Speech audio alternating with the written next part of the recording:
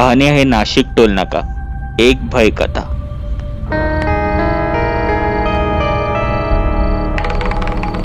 कथा कशी होती मला नंतर तुम्ही इंस्टाग्रामवर सांगू शकता। आयडी आहे tejas.story आणि हो, फेसबुकवरही आपले कथा ऐकू शकतात, त्याची लिंक डिस्क्रिप्शन मध्ये आहे। चॅनलला सबस्क्राईब नक्की करा। ही कथा ऐकण्यासाठी आपल्याला आजपासून 40 वर्ष मागे जावं लागेल। त्यावेळेला रस्ते हे फारसे चांगले नव्हते। नाशिकला जायचं म्हणजे खूप अवघड काम, म्हणूनच सरकारने ते लक्ष देऊन तिकडे हायवे बांधण्याचा निर्णय घेतला। हायवेचं काम जवळजवळ पूर्णही झालं आणि हायवे बोललं तर टोल आलाच, म्हणून टोल हा तिकडे बांधण्यात आला आणि त्या टोलवर शशिकांत नावाचा एक कर्मचारी ठेवला, अतिशय प्रामाणिक। त्याला तिथेच एक लहानसे घर देखील बांधून दिले होते। तो प्रामाणिकपणे काम करत होता, सकाळी जात होता आणि खरं तर तिकडे गाड्या नव्हत्याच, म्हणून तो संध्याकाळी आरामात येत होता। रात्रीचाही तो तिथेच असायचा। जर कुठल्या ट्रक आला आणि मोठमोठे हॉर्न वाजवले तर तिथे जाऊन तो पावती फाडत होता। काही दिवस गेले असतील, तो आपल्या टोलवर म्हणजेच आपल्या केबिन मध्ये सकाळची सगळी रक्कम ही जमा करत होता, काही हिशोब लावत होता आणि त्याला त्याच्या त्या केबिनच्या खिडकीतून दिसले की त्यासमोर एक झाड होते। त्या झाडामागे कोणीतरी त्याला वाकून पाहत होते।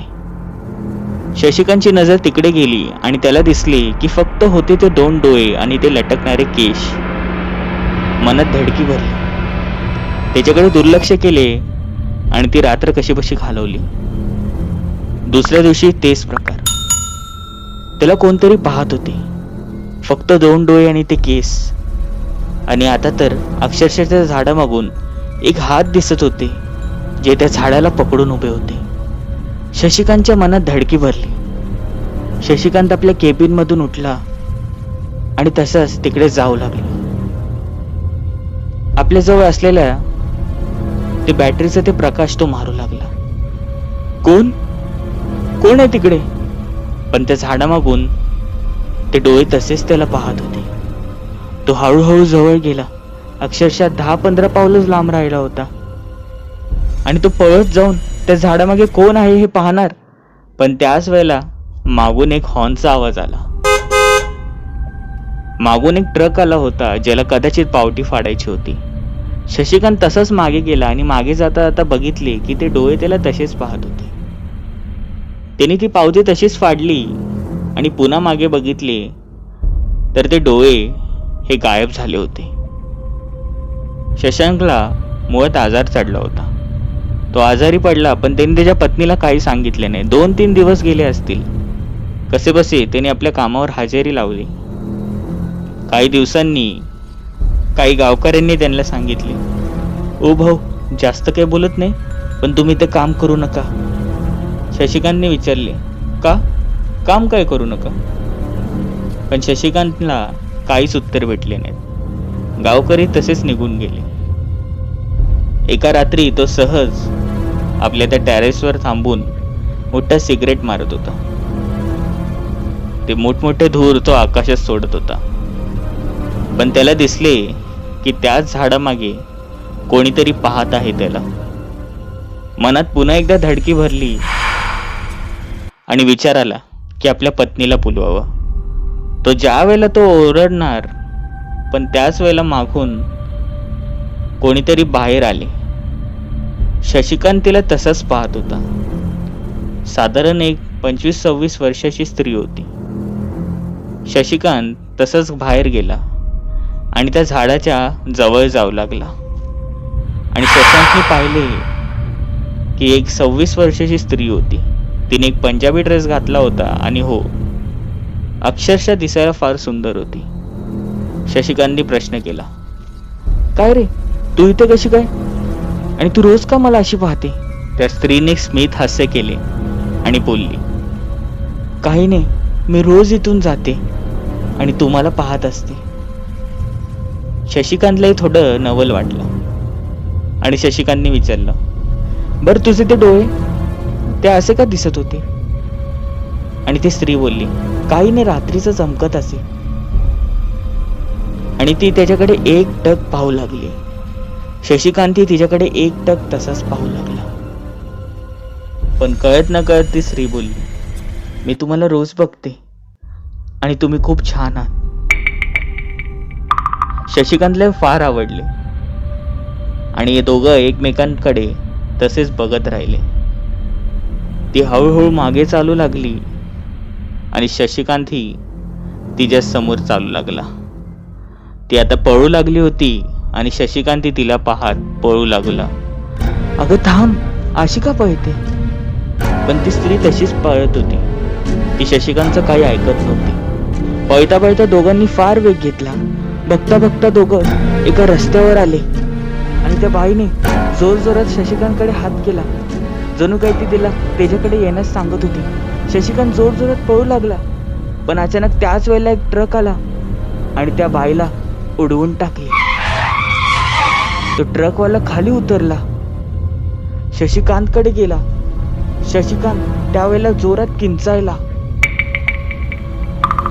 आणि त्या ट्रकवाल्याला बोलू लागला, तुला काय अक्कल आहे का? तू एका मुलीला कसं काय उडवलं? पण त्या ट्रकवाल्याने एक मोठी कानशीर शशिकांतला लावली. का वेड आहेस की काय? एवढ्या रात्रीची दारू झेपत नाही तर कशाला पितो आणि रस्त्यावर असा कशाला चालतो?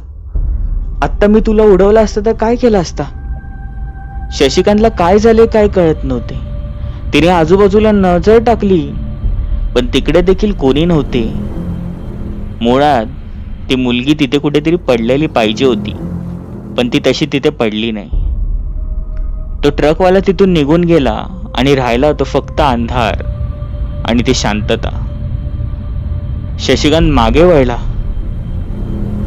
त्याने तिकडे परत एकदा सगळीकडे तिला शोधले, पण तिला कोणी दिसले नाही. तो घरी गेला.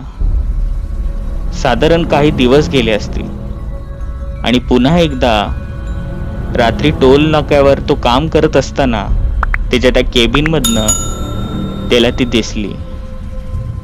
शशिकांत पुन्हा तिच्याकडे पाहत राहिला आणि तो यावेळेला बाहेर आला.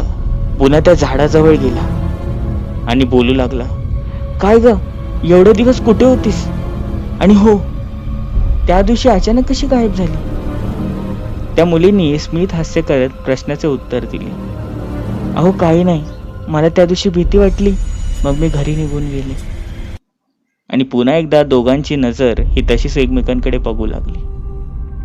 ती मुलगी पुन्हा एकदा मागे हळूहळू चालू लागली, पण शशिकांत प्रेमाने बोलला, आता यावेळेला मी तुला सोडणार नाही, नक्कीच धरणार. हळूहळू करून त्यांचा चालण्याचा वेग हा वाढू लागला.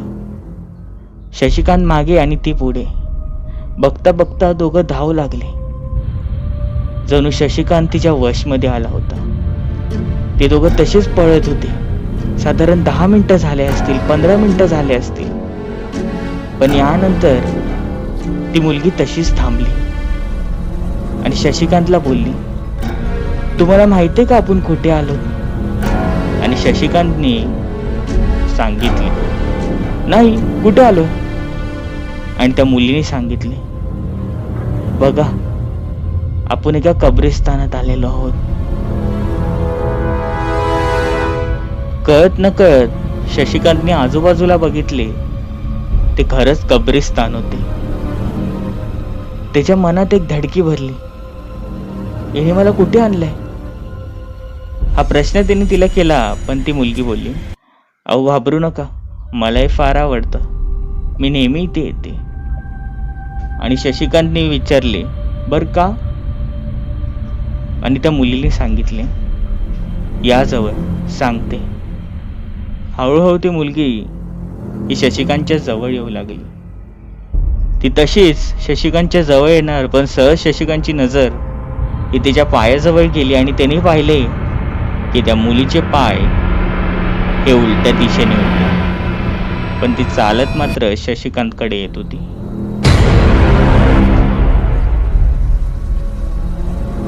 शशिकांतने ते दृश्य पाहिल्याने जोरात किंचाळला, हे काय, हे काय? शशिकांत बोलला, पण त्याच वेळेला तिथे एक मोठी वीज कडकली आणि त्यावेळेला त्यांनी पाहिले की त्या मुलीचे हावभाव हे बदलले होते आणि वेश हे बदलले होते. त्या मुलीचे डोळे लाल झाले होते आणि चेहऱ्यावर पूर्णपणे रक्त हे पसरलं होतं. केस हे विस्कटलेले होते आणि तिचा तो ड्रेस हा पूर्ण रक्ताने माखला होता.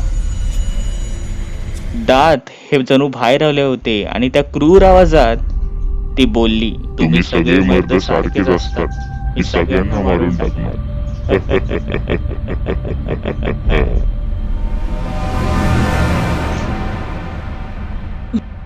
पण शशिकांतनी प्रश्न विचारला, मी तुझं काय केलंय, तू मला का मारणार?